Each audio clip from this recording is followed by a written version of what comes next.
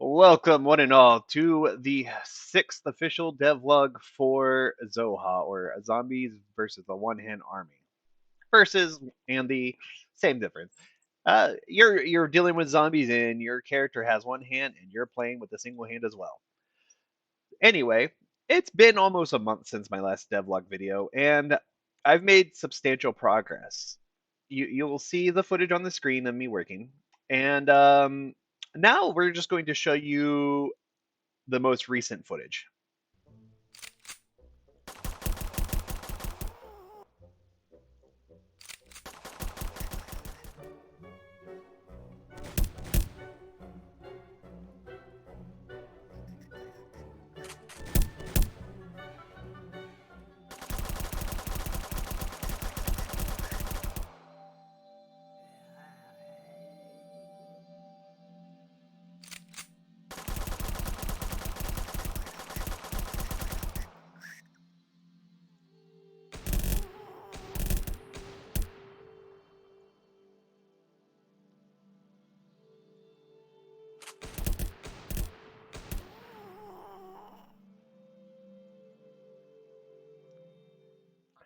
So you're probably wondering how I got from the first bit of footage to the second bit. And 20 days is a long time. The last video I posted was on October 6th, and there's this beautiful little thing that happened on October 9th called Indigenous Peoples Day.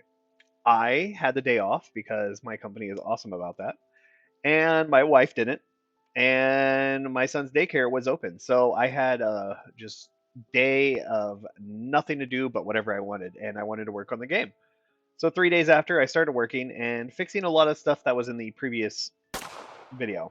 Oh, you'll see one little thing here, modifiers to twist the traditional gameplay. Maybe good, maybe dumb. I have one implemented right now that was as a result of a bug, and you'll see that later. Here, just a quick little tutorial loading screen before the game loads.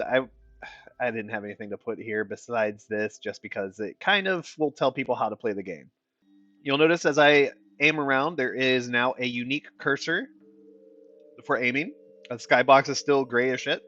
I'm not worried about that right now. Mostly gameplay. But if you hover over a weapon, it'll now change to a little grab thing. Same thing with the doors and the upgrader. It's a unique icon just to show you that you're not trying to shoot at it and it's something you can interact with. You'll also notice that I have a unique pause, reload, and swap weapon icon, as well as even a health bar up here, finally, after 6 devlogs, or 5 devlogs. You'd expect I'd already have that. I did actually, so I increased the cost of the doors from 500 to 600 because I'm making your starting money 500 so that you can get the pistol and be forced to start. This is not going to be how the game starts in the final product. I'm going to change it up a little bit, but for the demo, this works fine. The pistol actually has a unique model now, or newer model than this. If you see here, there's no trigger or a trigger guard, where this one does have one. Uh, it took a little while, but I figured out how to actually model better in Unity. And the zombies, they now kind of glow red if you look at them. That's not how they spawn. I don't think, yeah, you can't see the glow through the walls. This indicates that they've been alive for long enough to where their speed increases. And this is actually, well, I have one build, or the current build that I'm going to post to my friends and whatnot to test out the game. In the original, it's actually the second build. The original build, the zombies just kind of had like, they just shuffled slowly and never got any faster or anything, and it made it kind of boring. If you notice, the player also starts to move faster as you just roam around. It's just basically ramp up speed, same thing zombies have. Reloading, whenever you click on it, it'll show that this little spinning reload thing, just to indicate how long the reload has left.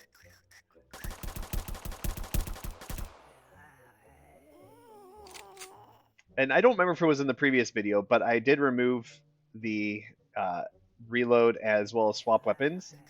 I thought I removed pause, but that might be something I have to do later. And the only reason I remove those is because going to it kind of moves the screen around, and I want to adjust the bounding box. And having those removed kind of just solves the problem of me not having to worry about them being where the bounding box is. Now, if you notice, whenever there's one zombie left, instead of having you have to search for them, there's a little indicator to point you to them. That is, again, because that first demo just got to the point that it was really hard to find the last zombie. See, the zombies, they don't start off glowing red.